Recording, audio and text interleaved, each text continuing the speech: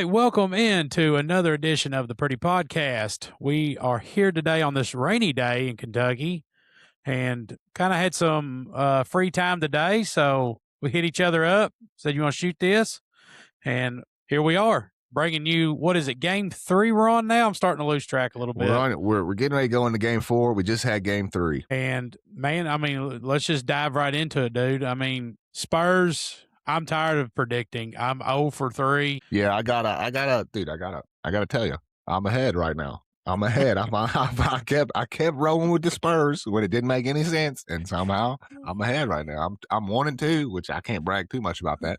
But you're 0-3, which is Knicks where the they're burning Spurs me. did not want to be. No, that's a really good way to put it there, Jake. I mean, coming into this game, I'll be honest with you, and we talked about it. I had absolutely no faith in San Antonio getting this done. But really, I mean, I'll be honest with you, Jake. That crowd, it was all right, but it wasn't what I was really expecting. Like, I thought it was just going to be pandemonium, insane, and it was loud, but. And I mean, Yeah. maybe the TV kind of didn't do it justice as being there live. Right. I And just I'll say couldn't this see too. it. I just think this is kind of the era of NBA we're in. I don't think you're gonna OKC is one of those cities that really put on and show out the fans wise. But there's not that many of them, man. You watch, especially like regular season. I know this is playoffs and this is finals. You watch regular season games, dude. There's half the seats empty in a lot of these cities. Like they're not Yeah. selling these. They're not selling these tickets, man. That's true. I mean, Now the finals, I'm with you though. I agreed in New York, Madison Square Garden, for it to be a little more wild. And you know, if the Knicks keep home court advantage and it was to go to a closeout game or go to a game 7, you're going to get what you're looking for, I believe. yeah, I mean, the celebrities were there. That was fun.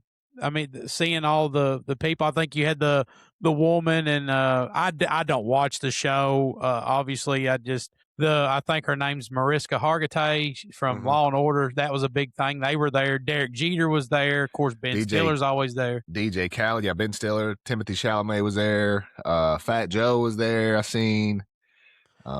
Star-studded, for real. Very star-studded. Just, I mean, you had the makings of what felt like would be a beautiful night for New York. It just unfortunately kind of got spoiled by a few guys, and we're here to talk about it. The Spurs just absolutely, I mean, they stayed composed for the most part, I believe. I mean, There was a few times where New York made a run. But they got up a couple times. Spurs fought their way back. Spurs wasn't going away. The Spurs, Victor Wembanyama, I got to give credit to Castle. He hit some big shots last night. Hit the 2 big free throws to ice it. Hit a big 3 that Victor Wembanyama seemed like, and I don't want to say this because he's 22 years old, but it almost seemed like he didn't want to take that shot at that point, and he threw it over to Castle, and Castle hit a deep 3 on the edge there, and that changed the entire game. Yeah, and his free throws down the stretch as well. I mean, he just to stay composed. I mean, 5 of 6 from free throws. He was second leading scorer on the team last night. And so, I mean, you got to have that from Castle to have a chance in these finals. And this is what's kind of crazy too. So the public perception of Castle, I think, is starting to be a little screwed. Like, it's starting to be like, people are like, I don't know, is he dirty? He's always like stoic. Have you noticed that? Like, his face is just, there's no expression hardly on his face. That's just how he plays. That's a good word to describe him. I totally 100% agree with you on that one. Now he don't get rattled. No, and you know who else was like that? Rajon Rondo was like that. Now they play totally different, but I'm just saying, right? Mood, tempo, facial expressions. Rondo was very similar to that. You need those guys. You have to have those guys. Those guys ain't afraid. They don't care what people are saying about them. Like, I think the big thing is, like, if somebody, LeBron, Kobe, Wembanyama, SGA, takes this last shot and miss it, they're in the back of their head, they're worried about what the media, the fans are going to say if they don't make this shot. They're like riding on one shot. Castle don't care. I feel like that's the type of guy don't even get on social media. He doesn't care. No, 100%. I think Castle just the whole night, it seemed like when the Knicks were getting ready to ice this game and put them away and be up 3-0, he would make a play. Fox would make a play. I mean, you had so many role players too for San Antonio. It just felt like when New York was getting ready to just pull away and put this game to rest, that one of those guys would step up and knock down that perfect time in three, or that And they just perfect time in kept AM answering. one. Yep. Yeah, it was. They would throw a lob to Wimby, and it would you could just see it take the energy out of Madison Square Garden every time And they would do and that.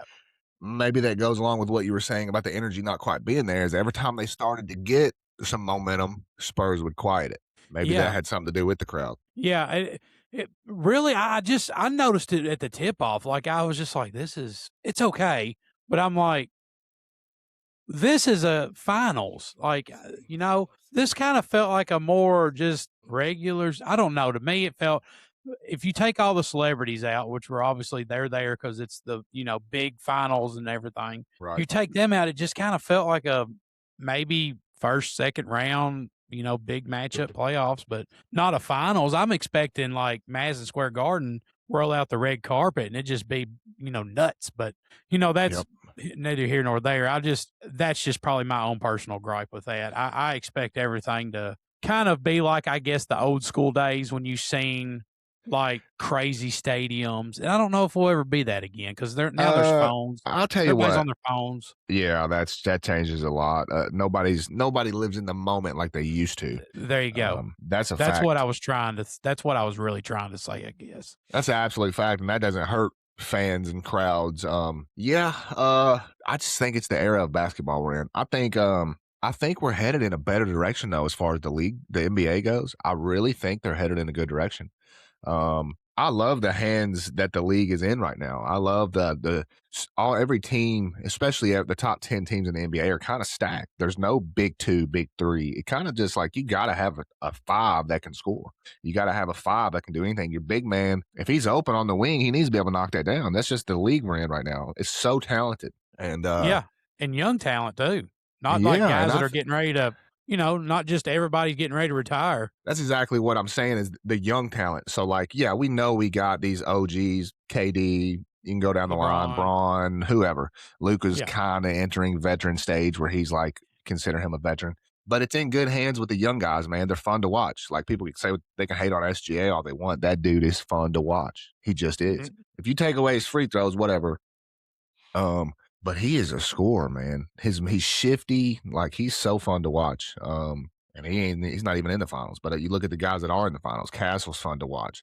Dylan Harper is like taking every chance he gets in this final stage to show the world who he is. He's Like a he future, he looks like he future wants to be all-star. considered. Yeah, that dude's killing it, man. Yeah, I mean, he had 13 points last night, but they were big, a big 13 points. Yeah, and he's not starting either, right? He's not No. starting lineup. No, I don't think. I think he comes off the bench still. Pretty sure he does because you got Wimby, Castle, Fox. Vassell. Let's see here. Vassell, dude. He's good too. They got so many guys that can just get it done when they need to, man. The Champagne or whatever. I can't ever say that. I think that's your five starters. Those, yeah, with Cassell and Champagne or whatever his name is. Yeah, I thought he got hurt last night, but he came back and played well. Yeah, I think that's your five. And then Carter Bryant, Harper, Keldon Johnson, all them come off the bench. Is Carter Bryant a rookie? Yeah, I'm fairly certain Carter Bryant is a rookie. This is just a really young team, dude. It's a really young Spurs team. That's what's so scary about them being in this position. And every time one of the young guys come in, it's like, I don't know if they're learning from, I don't know, how old is Castle? He's not even that old, bro. Castle's young too. Castle's only been in the league. Let's see. I think this is his second or third year. I think you're right. I mean, yeah. Carter Bryant came out of the 25 draft. He was a Spurs. I've seen flashes from Carter Bryant that I'm like, dude, that dude could be a stud, man. I mean, credit to the Spurs, man. That's what good organizations get, dude. You draft well and build your talent in home, man. It's where you build these teams. Yeah, Stephon Castle's younger than Wembanyama, bro. He's 21. Wemby's been so he's 21 and he won the title with UConn in 24. He's got selected 4th overall. That's a stud right there. With that being said, the Spurs answer finally in Madison Square Garden. They get a win, which they needed so bad. If we're going into Game 4 in MSG down 3-0, it's probably you're cooked. It's a That's wrap. what I thought was going to happen. I was like, it's over because they're going to. I just didn't expect them to do what they did last night. But credit now, you can start shifting this momentum a little bit, If Spurs especially if you win. dude, if Spurs win game 4, Go ahead. this whole series has flipped. The whole thing is flipped. They go back to San Antonio at 0-0, basically. First Does one that to put 2 you wins. back to where you originally were, Jake, at game 1? If they win, what is this, tomorrow night? Yeah, tomorrow night. If they win tomorrow night, does that Well, put when you're you watching back? this, when you're watching this, Yeah. it'll be tonight. So it'll We're be gonna tonight, release this yeah. tomorrow. So yeah, tonight. Correct. So if they win tonight, does that put you back to where you were game 1 on how you feel about the Spurs, kind of? No. Okay. How I feel about the Spurs, Fair. yes. How I feel about the Knicks, no. I didn't Okay. think the Knicks could go steal 2 games in San Antonio. So regardless, if the Spurs now if the Spurs win by 40, I might look at it a little different. But if they win like they did last night, I'm still saying, but the Knicks can beat y'all. We've seen it. They can beat y'all at San Antonio too. We've seen it twice. Yeah. So it doesn't really put me back to where I was because I thought there was no way the Knicks come in and push this to game 7. And I didn't even think it was going game 6. I thought the Spurs were going to run away with this 4 or 5 games. The Knicks have, no matter what else has happened, the Knicks have showed me they are for real. It doesn't matter. They could lose this in 7, lose it in 6. I still think the Knicks are for real. They can beat this Spurs team. Now that they do it, I think a lot of this rides on game 4. And I mean, you are literally a Wemby bucket away from this whole series being totally different right now. Because now you're talking about Spurs up 2-1. That's just how it's literally a game of just, I mean, how the ball bounces sometimes. But if I'm with you. If they win this next game, I'm confident that San Antonio can still get this done. Yeah. Whereas as this time yesterday, I was 1,000% in on the Knicks getting it done. But it will monumentally shift my prediction and my focus on back to San Antonio if they win this next game, game 4. Yeah, and this is what's so good. I don't know why. I don't know if I ain't been on a lot of social media, so I haven't seen the perception of the public and the fans on what this finals is. But without being altered by perception of others, I can tell you I love this finals. I love everything about it. I love the fact that both teams are they got a couple stars, sure, but they're so balanced and they all want to win so bad. The Knicks haven't won in 50 years. The Spurs are so young. I would say if the Spurs win it, they're the youngest team to ever win it, right? Overall, like average age. They'd have to be. I mean, gotta be. I'm trying to go back in time here and think of a younger team that has, but I can't, man. All of them have been pretty veteran-led teams that have won it. You got a couple vets on the Spurs, but I mean, you call De'Aaron Fox a vet, I guess. What is he? High 20s? Yeah, he's probably 25, 26, something like that. So even he's young. Yeah. Let's I mean, he's averaging 18. The Spurs roster average 25 years old, I'm looking. So they have people that kind of weigh it down on the back end. Mason Plumlee's 36, Kelly Olynyk's 35. Yeah, Fox is 28, by the way. So if you take out the 36 and 35-year-old with Plumlee and Olynyk, it's like they're probably average 23, 22. Yeah, so those guys don't even really play. Yeah, those guys don't even play. So is that even like the players on this team that are winning this is average about 22, 23 years old? I mean, I can go down this Spurs roster and count. Well, I know one's probably going to be a Hall of Famer, and I think you got 2 or 3 All-Stars that'll be on this roster coming up. Castle's for sure going to be an All-Star. Dylan Harper's a star in the making. You know, Wemby, I mean, if he stays healthy, he's probably going to be. If he has a 10-year career minimum and he's this good for 10 years, I mean, he's in the discussion for top 5 all time, probably. Yeah, if not top 5, top 10. I'd say top. And it also depends. People want to bring in rings when you talk about the GOAT status. So if you put them top 10, they got to have a ring or 2 at least. I know several guys. Go ahead. I'm sorry. No, go ahead, finish your point. I know several guys that should be in the top 10, but they don't have rings, so they don't ever get even brought up in those discussions. There's a couple that don't have rings that do. Allen Iverson will get thrown around. Steve Nash will get thrown around. Charles Barkley will get talked about. Probably not top 10, but several of those guys that if they had rings, they would jump 4, 5, 6 spots immediately. One ring would do that to them. Yeah, I can see that too. Yeah. 1000%. You were talking earlier about the kind of mood around the Knicks and stuff, and everything I've read, man. I mean, fans were pretty low leaving that game last night. I've read several stories that kind of the Knicks fans are almost thinking that it's over already, and Yep. it's you can kind of tell it's been a while, man, because once you get to this mountaintop, man, you feel like it's all or nothing, and it is in a sense, but you can't let one game unravel everything you've done, dude. If And you're I the don't Knicks. think, the fans might feel this type of way, but I think the Knicks are pretty poised. They have a coach that's been there time and time again with greats. He coached LeBron. They have Jalen Brunson, who another guy I don't care about what people say or think. He's going to go out there and win a basketball game the best of his ability. He's going to do everything he can to get a dub. Yeah. I think Towns is right there with him. Towns wants to win too. I don't know if Towns is necessarily that poised, but Towns is dedicated right now.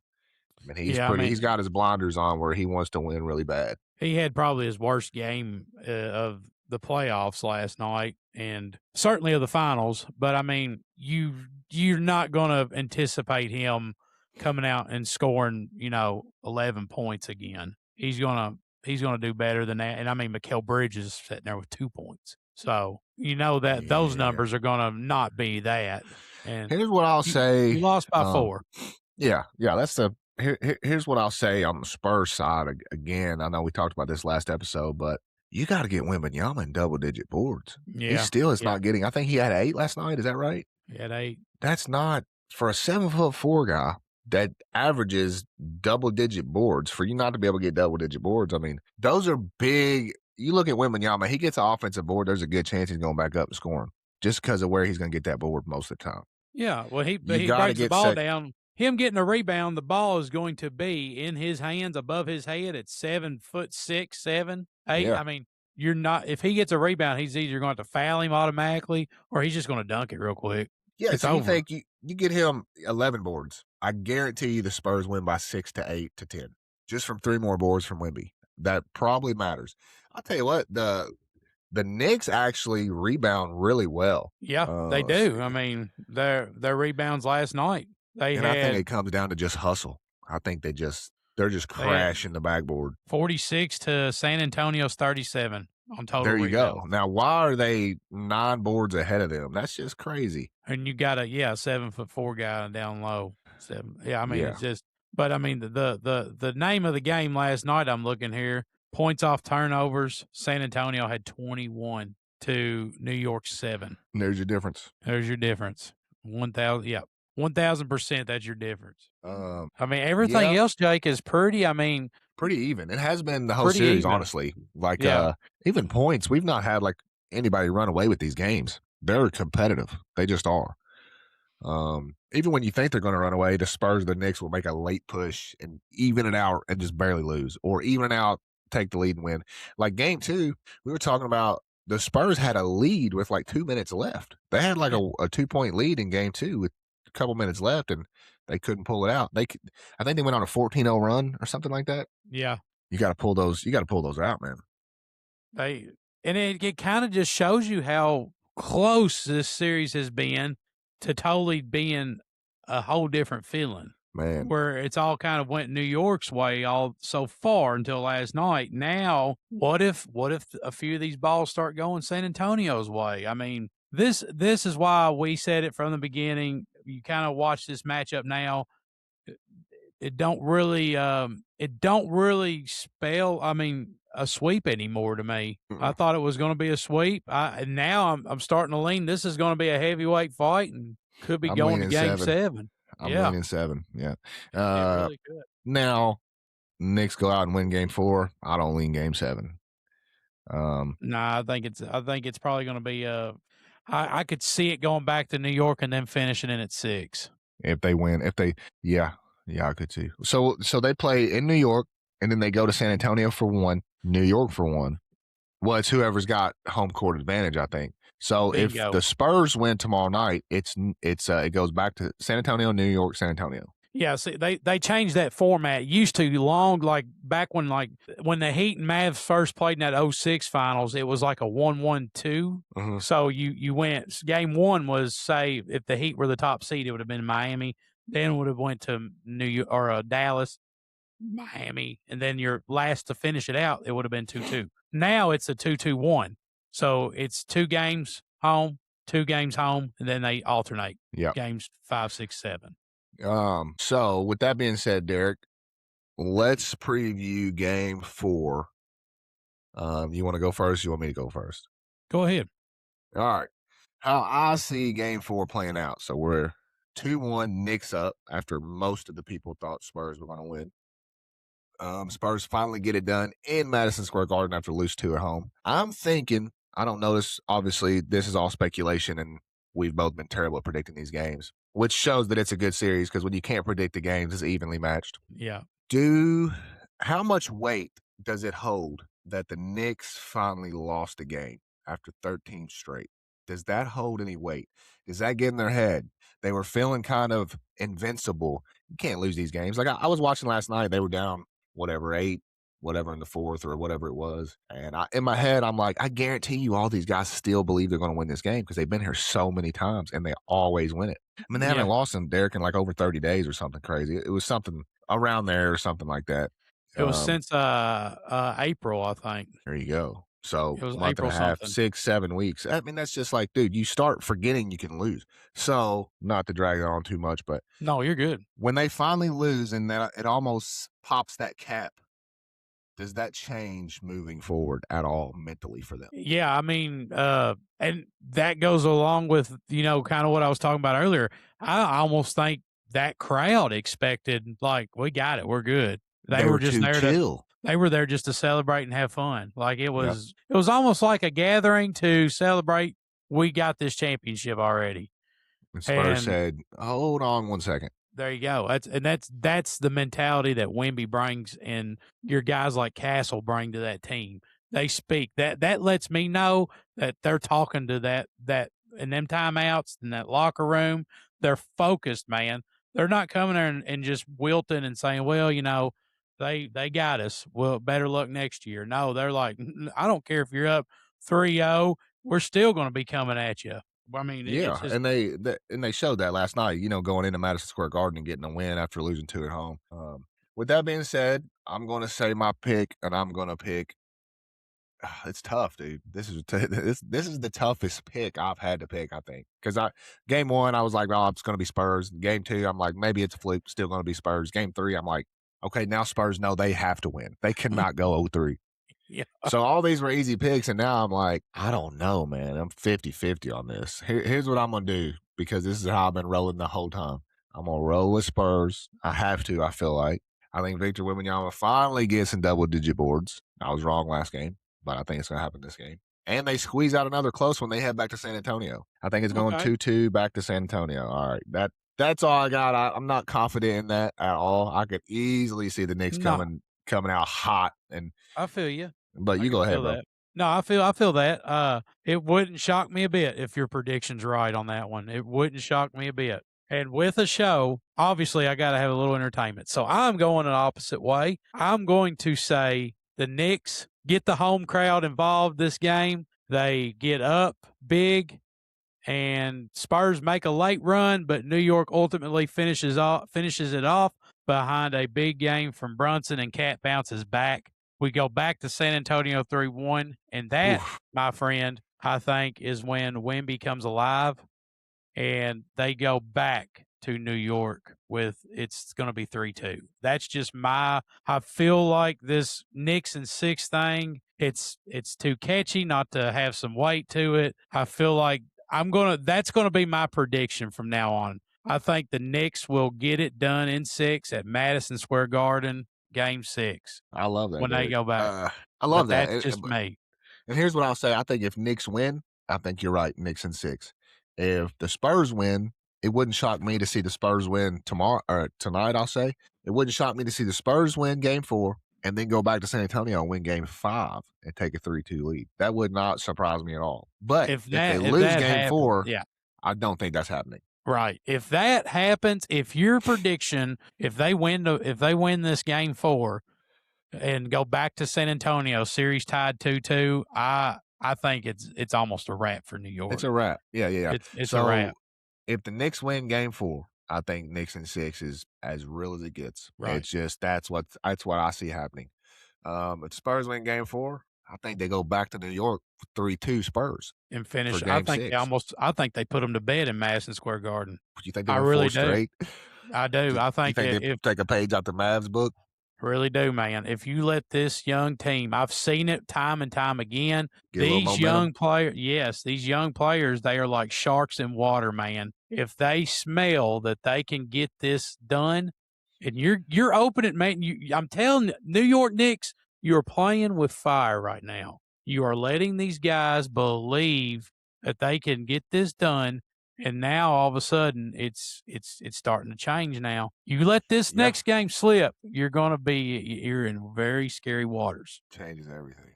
You are, man, because then you are giving a generational type talent, Victor Wembanyama, the keys to your car, and he is going to he's going to drive away with it. When you lose Yeah. this game, if you lose game 4, you might as well just be handing him the keys to your car because he's in the driver's seat at that point. So what we have just said is we both believe Game 4 is probably the most important game of the series if it doesn't go 7. If it goes 7, obviously that's always the most important. Yes. Yes. But as of now, Game Outside of Game 4 7. is probably the most important. Biggest game of the year. New York Huge. Knicks, San Antonio Spurs.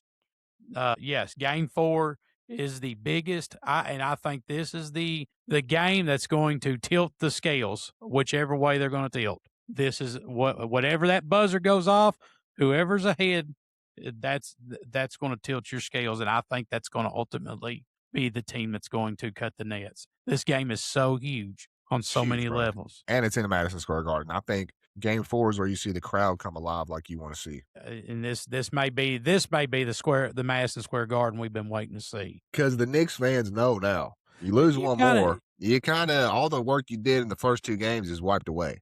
It's a clean slate at that point. 2-2. It's best 2 out of 3 after that. Yeah, and maybe this is the kind of the wake up call that the fans needed to be like, oh, well, this ain't a wrap. We gotta get behind these Knicks. Let me ask you this: how heartbreaking would it be for New York to lose in 6, or lose it all after starting 2-0 and not having a championship in 53 years? How heartbreaking would that be? Well, dude, then you go in the record books for another. Well, there's a missed opportunity for the Knicks. There's your first one.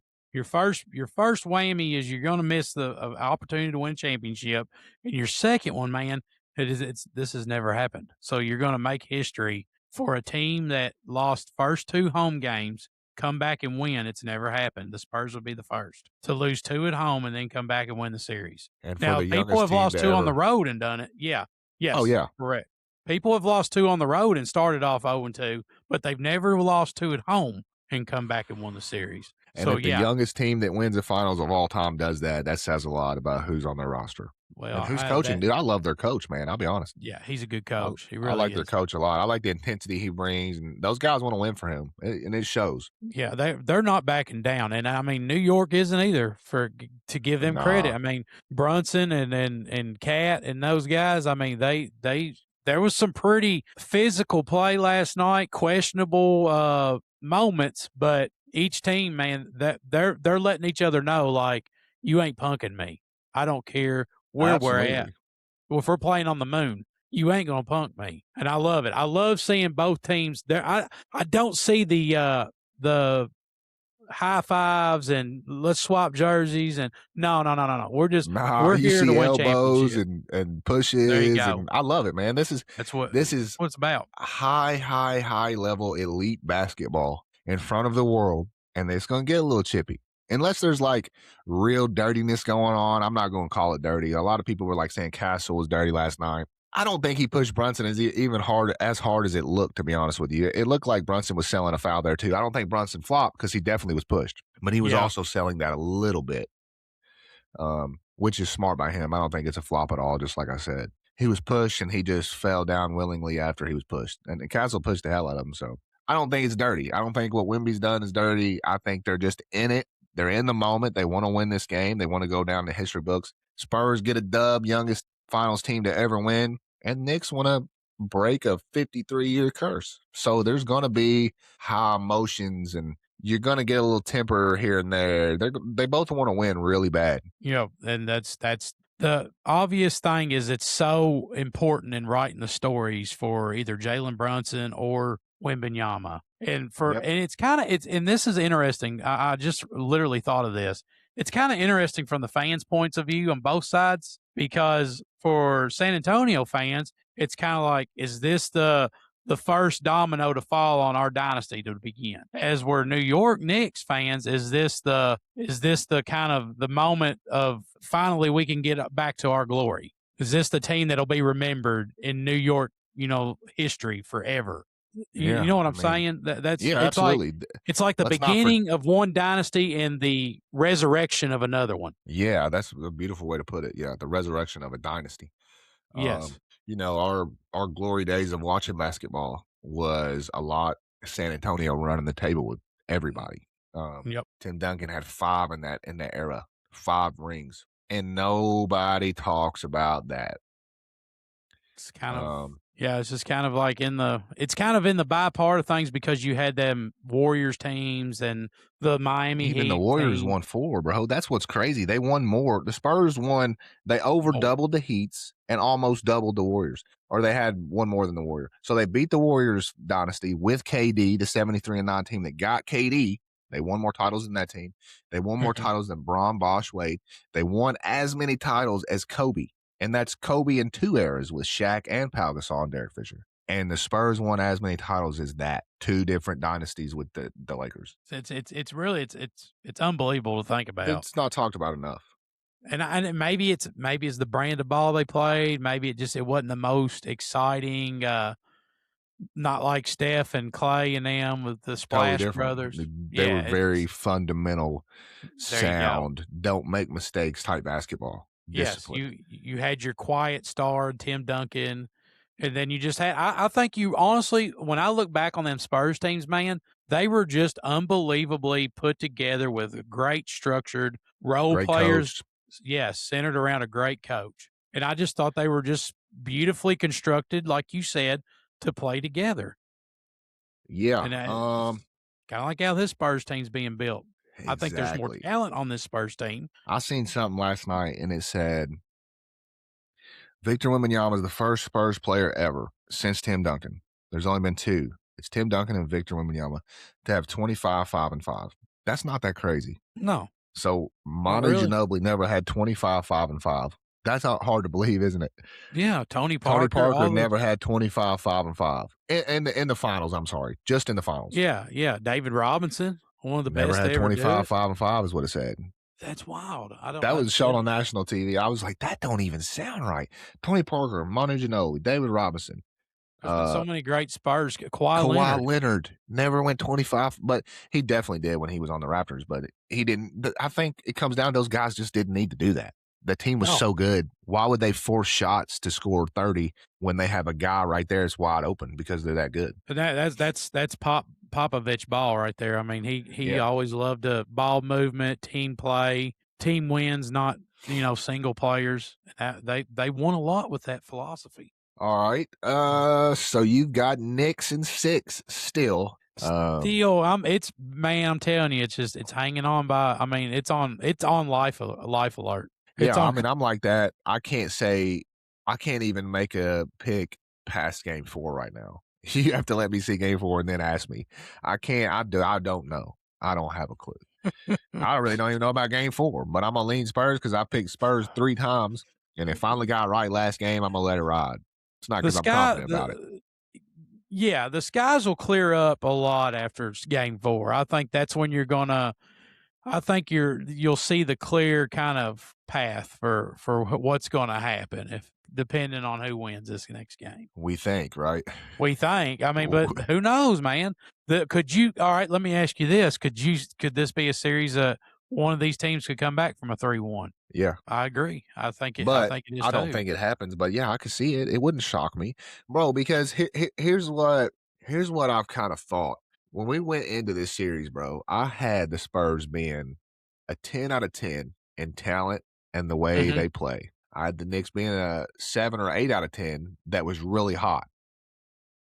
But with that being said, I thought the Spurs was quite a bit better than the Knicks, and in a 7-game series regular, I think they win in 5 or 6. That's how I went into this series. The Knicks stayed extremely hot for 2 games. They lose last night. If that heat factor, that heat check is really dying down and they're coming back to earth, Spurs could win 4 in a row. Yeah, these and yeah, you're the with these young guys. That's what I'm expecting. If the Spurs win, I think it's over. I know I said Knicks in 6, but if the Spurs win tomorrow, well tonight, if they win Game 4, regardless, Mhm. I think you've You done opened the let the door. beast woke up. There you go. There you go. You've done woke up something that I just don't think the Knicks are ready for. I do not think they are. These young guys will play totally different if they win this next game. Who It's knows? scary. It's scary when you give young guys belief. And who It's knows, better bro? off just to That crush them. that beast may have already woken up last night. It could have, dude. That's scary to So think yeah, you don't about. know. It could have. Uh, yeah. Mm, I mean, with that being said, bro, again, we made our picks. Neither of us are that confident on it because the series is just the way the series is going. uh, They're close games. You got different stars showing out, different role players showing out, different stars not playing well, different role players not playing well. Nobody's been that consistent in all 3 games. Nobody. Maybe no. Brunson, but even Brunson first game, I know they won, but he did not. He shot like 38%. It wasn't real good. Yeah, I thought they just kind of had him.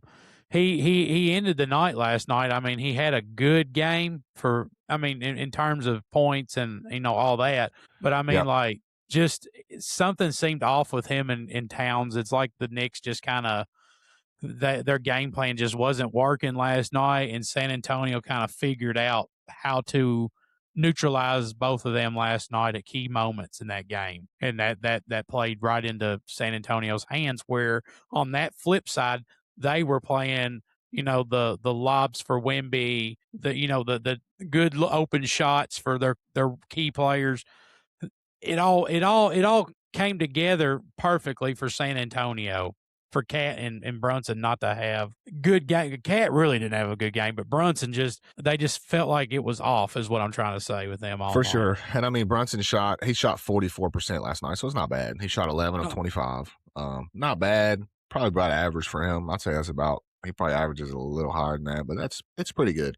It's acceptable. it's acceptable. Yeah, it's definitely Um, acceptable. It's just I think some of the situations of that game, they kind of had for what it just me watching, it kind of seemed like Brunson was a little bit just I don't want to say locked down because you don't lock a guy like him down, but it just right. kind of like he was taken a little bit out of the game in just some of the sets that the Spurs were in, the way they were defending and running their game. For sure. Yeah. No, I agree with that for sure. So Wembanyama shot 11 of 18, so him and Brunson both hit 11, with Brunson shooting 7 more shots than him. So Wemby had a good game. The only thing Yeah. I'll say from Wemby is he just, again, we didn't have a single.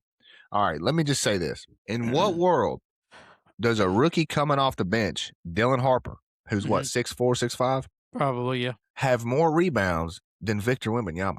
Explain that Uh, to me. and I don't know. Maybe a lot of that, if I just was guessing, maybe a lot of that is contributed to the bodies of Mitchell Robinson and Towns Hmm. just being physical with Wimby and outwork. And I don't know. Maybe Dylan Harper's getting them garbage rebounds that they're Maybe, trying to yeah. take away from Wimby. Where there's Yeah, it's I'll say this. Josh Hart also had more boards than Wimby. hmm. And here's something else I'll say. Cat and Wimby both only had 8. Josh Hart, Dylan Harper had 9. To me, that is crazy. And maybe that's just the era of basketball we're in with everybody just moving around the floor and whatever. That's just not what we're used to being traditional fans. And like usually the big man gets double digit boards. Cat only had 8. Wimby only had 8. They're 7+ footers. And you got 6'6" guys, 6'5" guys getting 9. I don't know what that's about. I mean, and a lot of it may be just the way the Knicks are defending them, pushing.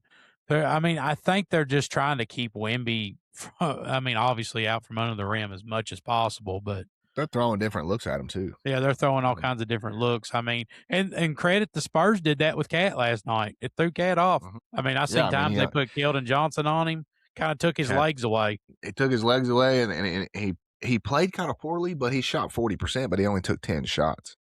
So yeah, we gotta see Cat take a little more 10 shots. You know what I mean? Yeah, I fully expect San Antonio to come out games 4 with the same game plan as they did this game. They'll switch up. They're gonna keep switching on Cat and just hope that New York goes cold again. And I think taking Cat out of the game helps that.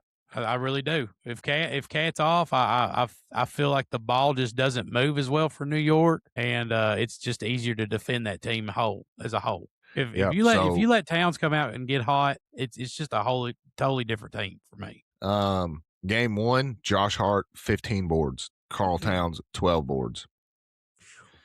So why is Victor having such a hard time? At 15 boards for Josh Hart and Wemby can't get over 8. That's crazy. That's crazy, man. I know I keep harping on the boards, but it's like, bro, it's in our era of being basketball fans, that's unacceptable for a 7+ footer to get 8 boards when you're playing 40 minutes almost. If a guy of his size should have a double every night. Easy. With boards. With boards and points, you should have you can't give me 10-10 every night. I mean, that's I'm being very picky, but I just think at that size you should be able to get 10 boards. Yeah. That's my thing. Yeah. So with that being said, what else you want to talk about on here, bro? Man, I feel pretty good with what we've covered, man. I'm just looking forward to game 4. See what happens. Yeah, we made our picks. You want to do a little 3-4 leg parlay each, real quick? Yeah, why not? All right, so released any yet. You probably have, yeah. I'll hop on DraftKings and check it out too. You gonna make a little parlay for the Knicks, I guess. Probably. If you do that, I'll make a parlay for the Spurs. Okay. I had to update this app. It's taking a second. Last night was the first night I didn't place any actual bets. Really? And I probably would have hit them. Well, no, I probably would have had Wemby double-digit boards. Man, you're gonna have to call me Jake obsessed with boards Carter right now. That's all I'm talking about. I swear I'd go in there and get 4 boards. It's all good. Come on, Wemby, what the heck? All right, let's see. Loading in now. All right, so they got Knicks as the favorite. The Spurs are the underdog. So my first parlay leg is going to be Spurs to win at plus 105.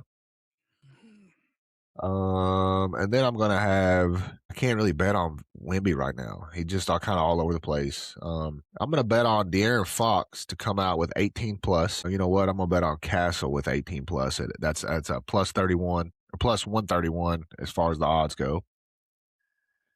And then I'm gonna bet on, let's see, Castle to have 2 plus 3. So I'm gonna go a Castle game and Spurs win. We're going to go one more. We're going to go rebounds, and we're going to bet on Wemby to have. See, they're saying him to get 12 plus as a favorite. Why would I bet that when he doesn't get 10? You know what I'm saying? It's just a bad bet. But I'm going to go Josh Hart 10 boards because he seems to be just snagging them. It's a good one. Matter of fact, I'm going to take that off. I'm going to go Dylan Harper 7 plus at plus 112. Now, so here's my 4-pick parlay I just put together. Stephon Castle 18 plus with 2 threes. So Stephon Castle 18 plus points, 2 plus threes. Dylan Harper 7 plus rebounds, and Spurs win. The money line on that $10 will win you $110. So pretty solid. I like it. I'm actually gonna play. I don't know if I want to play this one because I feel like it won't happen if I do it, but I'm gonna do it. See. All right. So when you ready, spill that parlay. All right. Let's see here. All right. Here's mine. I got Knicks taking it with, I got Brunson 20 plus, Towns at 15 plus. I got OG Anunoby with two plus threes, and I got Mikal Bridges with 3 plus threes. I like it. Now, what's that? $10 to win what on that one? 130. 130. So your odds are even better than mine. So, all right, Derek. Let's see what happens, bro. You can't go down against me right now at 0-4 to 2-2. You know what I'm saying? I know a lot of pressure on this Derek, side. you lose another one, you're cooked, bro. Cooked. It's over. I'm sending you back to Madison Square Garden. I'm the square for making all these picks. Apparently, I can't make any picks, dude. We'll see. I'm gonna make this one though. I feel good about it. Oh, I got Carl Towns for 8+ rebounds too on that one. By the way, So you got a 5-leg? 5-leg, yeah. I like it. Nah, he should get 8. He even got 8 last night, and it was a bad game. Yeah. Yeah, I'm tempted to make it more, but I think that's a pretty good one. We always do this. Do you want to touch on Dallas at all while we're here? We don't have to. Is there anything Dallas wise you want to touch on? Well, I mean, for the Mavs, the draft's coming up. I don't know. I think it's starting to look more and more like I'm seeing a lot of news about Braden Berries from Arizona for a guard, but I mean, it's still I don't know on that it's front. Early, yeah. Yeah, it's still early. We can save that. We can save that for a segment. Whenever the finals are over, we'll dive into the NBA draft, and then right after that, bro, you're looking at July. I mean, you're 2 months from football. I know, man. OTAs. Yeah, you're not even 2 months. You got OTAs this week. The first little bit wrapped up. They're going to go into training camp soon. When does training camp start? You know, I want to say this week, or maybe next week. Well, the one's the 18th. So we got I'll Google that real quick. Maybe they got a couple weeks because I know that everybody, all eyes are on George Pickens. Yeah, eyes are on George Pickens to see if he shows up. Right there, you go. Yeah, but Shotty said he's been in contact with him and he fully intends to. He didn't. Apparently, he was doing like a charity camp for kids. Did you see this? No, I didn't see that. But so the whole reason he wasn't even at OTAs, he was talking to like Shotty apparently, and Shotty said he was just busy doing like a charity football youth camp. It's completely voluntary, these OTAs, I think, for everybody but rookies. So Pickens didn't have to go, and it's all over media that he didn't show up. It's voluntary, and he's doing a youth camp, bro. Why don't we talk about that? Like people are like, "Oh, he don't want to play for Dallas." No, he's doing a youth camp, brother. And they know it. That's just how their outlets, their contents get clicks. Yeah, they know that's a story, and people will tune in to see what it's about. There may not be nothing to it, but it's headlines. It's headlines. It's because it's Dallas. If he don't show up for the Tampa Bay Buccaneers, nobody's talking about it. Yeah, exactly. Monday, July 21st, official training camp. So yeah, we still got 6 weeks away from that, bro. Wow, that's what this says. Dallas Cowboys training camp will officially start on Monday, July 21st. Or that's 2025. It shouldn't be. No, I wouldn't think July 14 to 17, rookie reporting, veteran reporting from the 21st to 28th in July. It's going back to Oxnard, California, where they have been doing them. That makes sense. Okay, that makes sense. Yeah. Have you heard anything about OTAs, about like how, as far as like people that are been impressive players wise? I was looking up some stuff on Kalen Carson. I mean, that he was looking. I've seen some positive stuff on him.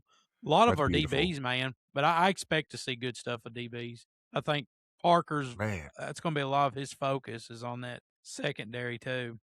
Yeah. Man, I'm pulling for Kalen Carson's. You know, I've been kind of on him when he had a good rookie season, but he was behind Diggs and Bland, who had crazy years. But when he would come in, he would look so good, Derek, and I would always be like, man, that looks like if we lose one of those guys, he's just as good. That's how I felt. At that young, he was.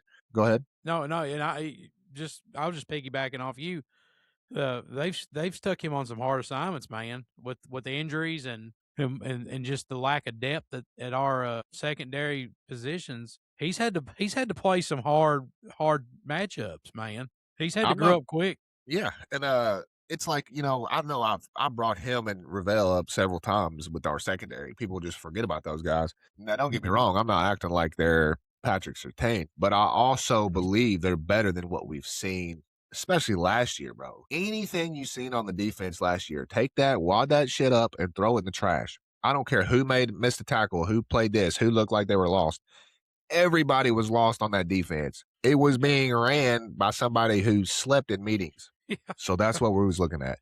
This year, we'll see if Kalen Carson gets playing time, how actually he's going to be, and Ravel as well. Yeah, I mean that footage from last year is like you said, it's all hogwash. That Throw that out. You can't yeah, use that on that. Teams can't even use that to prepare for us. and that's the beauty of it because nobody knows what kind of sets is going to be thrown out by Parker and this staff. I think. It's the beauty of it. It's the Oh beauty of yeah, it. And almost 60% of our defensive starters has changed. Starters. yeah. You won't even see Christian Parker's full. I don't even think he's going to show his full hand till mid-season. I just Oh don't. yeah, I you might think not even see it then. you might not. You might not. We might be talking towards the playoffs till he really. Yeah, I mean, if we're in the playoff hunt, I think he's going to tuck some of those down in his sleeve and I save them. have seen a couple small injuries, nothing to be like I worried ain't seen about. nothing Was major. nothing major. Ezaraku was dealing with a tweak of something, which wasn't a big deal, and then somebody else, I think Bland, which is kind of normal.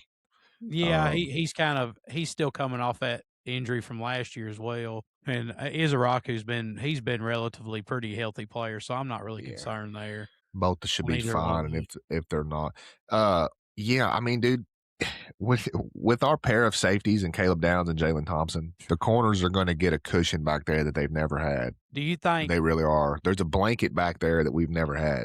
Do you? I want to ask you a two-part question. The Let's hear it. first part of this before we get out of here. The first part of this question.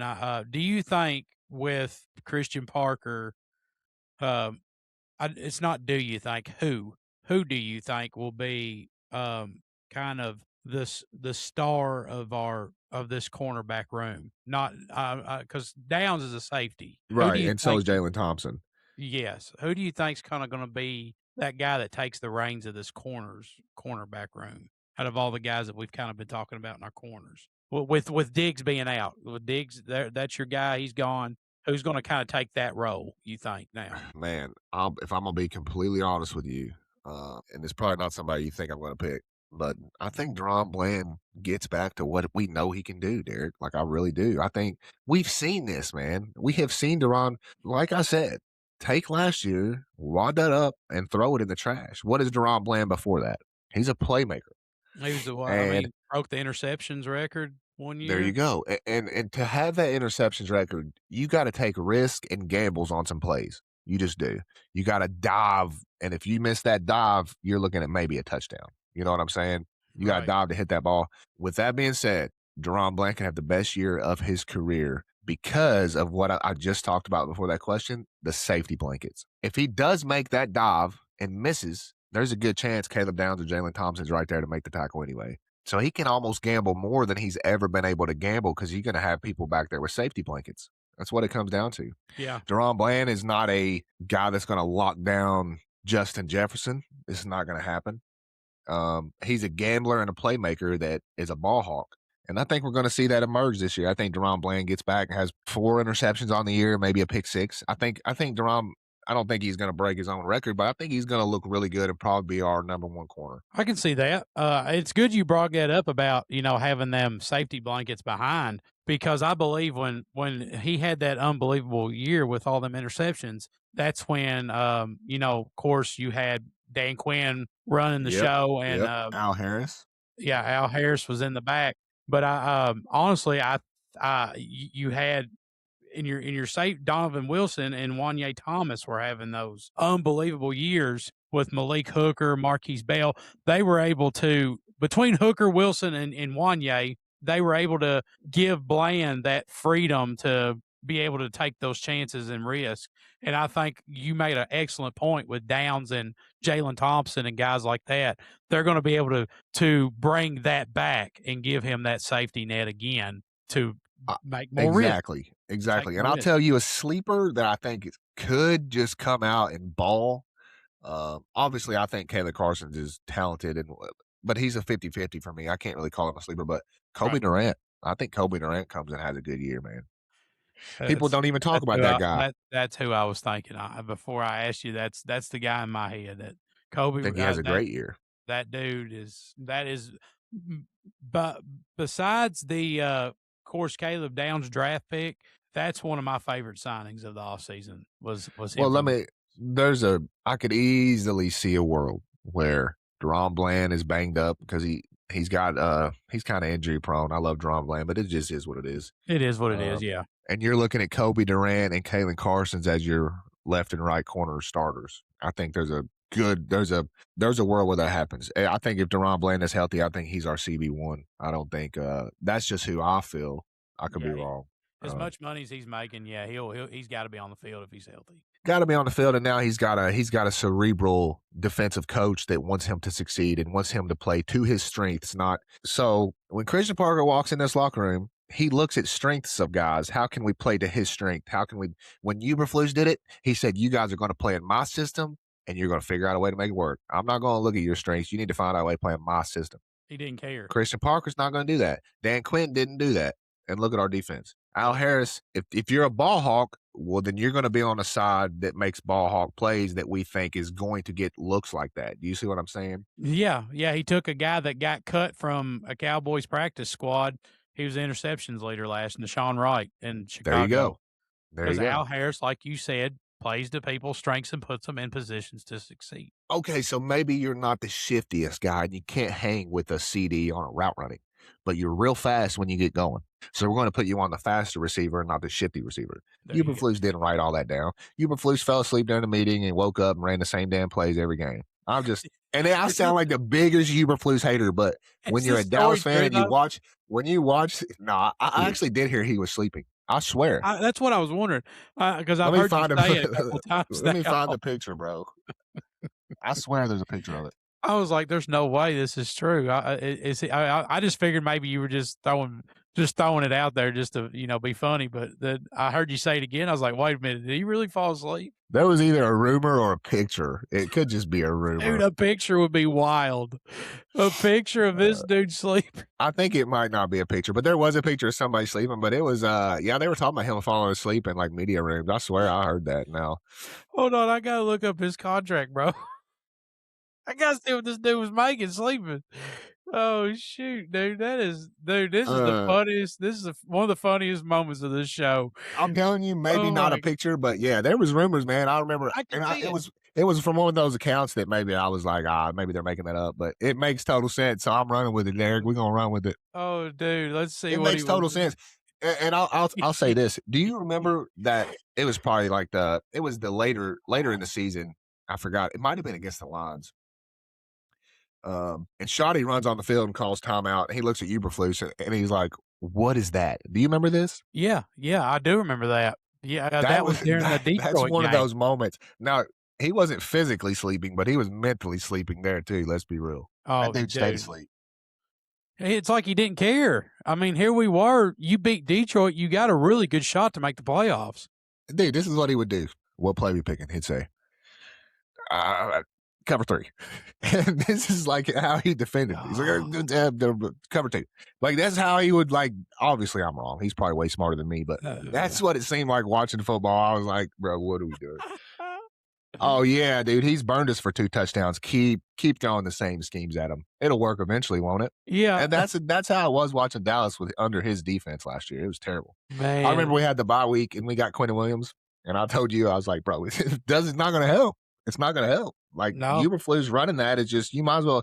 And I was trying not to be negative, but that is how I felt, man. I'd seen too much. I didn't want to admit it. I didn't want to admit it at the time, but the writing was you were holding on, and there was a piece of me that was holding on to, after we come out and we beat the Chiefs and the Eagles, I was like, maybe, but even our defense, we had a couple good stands, but even then, like, we were letting things go that shouldn't have went. 1,000. Yes, you're exactly right. And it's but you get Quentin Williams, you build up the defense, you fire Eberflus the day after the season, you hire Christian Parker after what I say. How many interviews did they do? I remember it was like 20 stupid. Like 27, 28 interviews. It was something. And it was 9 people, 9 different guys for the DC position only. 9 different players, or not players, coaches they interviewed for the defensive coordinator Cowboy position. So with that being said, I'm hopeful, man. I think they did their homework, whatever. I think we're going to see a lot of guys. I think D. Winters is another guy that's not really being talked about that's going to, if Overshown's healthy, D. Winters and Overshown right there in the middle of the field, they are both so smart and so eager to win. If you get both those guys healthy, sky's the limit for that defense. Because I think we don't know because we haven't seen it, but we have a good idea what Caleb Downs is going to be. We've seen Jalen Thompson. We've seen Deron Bland. Of course, he's coming off a bad year, but I've said all I can say about this defense, dude. I just really think I'm really hopeful, man. They could prove me wrong. I've been wrong before. I've been really hopeful about teams and been absolutely wrong. But I feel really good about Dallas going into the season. Yeah, all I got to do is say two names, and it makes me so excited for Dallas football, and that's Quinyon Mitchell and Cooper DeJean. That's two guys that Christian Parker took and transformed them into first-team All-Pro players, only in their second seasons, by the way. So that just tells you how he develops these guys, especially the secondary, where we need the most help. Oh yeah, he's going to be, man. There you It's go. like I said, I can't wait for this to start so me and you can use actual proof and have these conversations. Right Yeah, now, it's all speculation and we're just biased Cowboy fans. there you go. That's Yeah, what it it's comes just down to. Oh, of everybody's gonna course you're say, going to be good. You had the worst defense in the league. What makes you think you're going to be good? Well, they've changed everything, and maybe they're not. But I tell you what, for a Dallas fan, that gives you a lot of hope. well, And Derek, so if we go out and lose the first 3 games, me and you are not going to sit here and say the defense is still amazing. Like, we're going to be realist. You know what yeah, I'm saying? We're going to sit on here and we're going to be like, not what we thought it was. Where are the problems? Blah blah blah. yeah, of But course. there's not a world where I see that happening. I don't either. I think they'll get off a good start week one, and we'll get into that later. But it's just I'm with you, man. There's no reason not to be excited. Christian Parker. It's not like he's some one of Jerry's club buddies or something that plays golf with him. It's a dude that's proven. He's not proven yet, but his resume in Philly speaks for itself. He's got rings to back it up. He's learned It under won't Vic be. Fangio. I, He's going to I be think solid. both of us, when we go into next year about this time, we're not going to say he's not proven. He'll There be you proven go. next year. Yeah, yeah, and I expect him to have a wonderful first season in Dallas. I'll put it that way. I agree. Now, with that being said, we're an hour and 11 minutes in. It's a little farther than we wanted to go, like always. But listen, here's what I should have done. Probably should have just stopped it at the NBA. I think we're around 50. Yeah, And then we just went on a tangent about Dallas, which is fine. That's what you're going to get from the Pretty Podcast, bro. there If you you go. don't like the Dallas Cowboys, what are you doing? You need to leave as soon as the Dallas topic gets brought up. We're going to talk about NBA for you. But as soon as Dallas gets brought up, if you're not a Cowboys fan, you need to go ahead and walk out. Yeah, because it's gonna be brought up at Unless you want some to hate. point. Yeah, unless you want to hate, we Stay totally on in here. We'll listen to you. yeah, we love it We'll have too. some debates. Bring Yeah. it on. I want that. I do. Bring it on. If you just absolutely despise Dallas, we welcome that too. We would love to have you on here as well. It We should just makes host it we makes should us even host an more fun. NFC East podcast for only fans of NFC East teams and Ooh, just try to get like a bunch of Philly fans in here and just debate them over everything. that would be awesome. It would be fun. I'm We good. ain't I'm even good with it anytime. we ain't I even would. got a whole lot to debate the last 10, 20. That's true. Yeah, it's rough. We got But it. who's We're stopping like it the at 20? Knicks. I'm going back to the 70s. What are you talking about? We got it. We got to get back in this, man, so we can finally have something to hang our hat on. It's gonna be Got sweet, to. Derek. When it finally happens, it's gonna be sweet. It's gonna be a good feeling. It's been a long time, man. Been a long time. Well, brother, I've had a good time talking about all this. I guess I'm going to try to find me some grub and He see should be what I can home. get into. Huh? Grubb should be home. Oh shoot! Yeah. But anyways, yeah. Go ahead, bro. No, I'm just saying. It's been as always. It's an honor talking sports, talking Dallas, talking the finals. We'll keep it rolling here as the finals come. Kind of, they're starting to wind down a little bit, but not yet. But we're going to keep the content rolling throughout the finals here, and then once this is done, like Jake said, we'll have a little bit of a break. We'll figure out some stuff to do, and then we're going to be 100% full. It's going to be full gear into football mode, man. Hardcore. And then I it's mean, going to get wild. we'll be active on here. We'll be talking about, we'll be 95% Dallas Cowboys, 5% the rest of NFL probably. And we'll do episodes obviously on Kentucky football and basketball. We're excited for that. Yes. But yeah, when the NFL season starts and me and you can actually see the things we've talked about on the field in real time, we're going to have a lot to discuss. Yeah, that's when it's like I said, it's when this show is going to absolutely explode with. You're going to have videos of different things all the time. Absolutely. Plenty to talk about. Plenty. Absolutely, bro. I mean, we're filling an hour and a half almost right now, and we're just this is summer talk. Really, we're in Yeah, the I mean, summer talk. we spent So 50 minutes talking about basketball, and then we've had another almost 30 minutes of just off-season Cowboys. yeah, so we'll I'm gonna hop out of here, and I'm gonna try to find me something for lunch. Jake, I know you got some stuff to do today. I Yes, sir. appreciate you hopping on with me, and Appreciate it, man, as always. always. Yes. Jake, I guess we'll hop on out of here, man. It's been fun, guys. Thank you all for watching. Give us a follow, give us a like. Go over to TikTok. We've got some videos that I've made. If you're more of Kentucky lean way, I've made some Kentucky content over there that you can watch as well. We got a new commitment. You can go check him out. As Mark Pope got his highest, Ryan Hampton. But go check out that video.